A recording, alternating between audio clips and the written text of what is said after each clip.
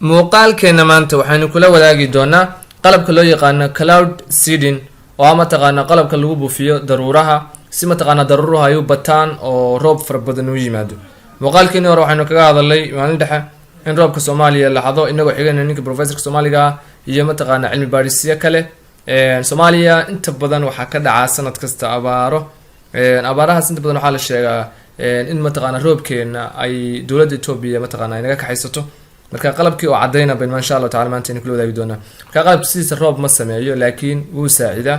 bal aynu wada daawano qalabkan hadiyo waxa laga yeelin insha Allah taala waxa laga hirgeliyay deegaanka Soomaalida jimcihii dhaweyto ayaa laga hirgeliyay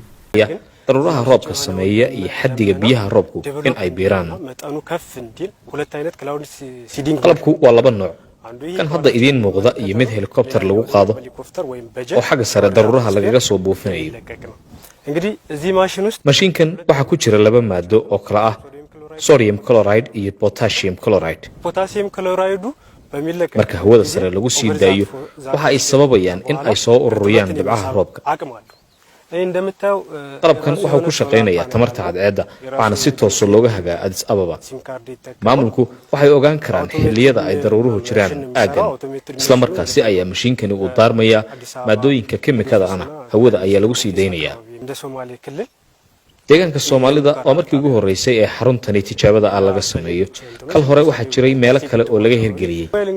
dadku waa in ay fahmaan in qalabkani aanu iskii roob u keenaynin laakiin wuxuu caawin karaa in kor loo qaado xaddiga biyaha roobka ee da'aya ዝናብ አይሰጥም ግን የዝናብ ሲስተሙን ከፍ ያደርጋል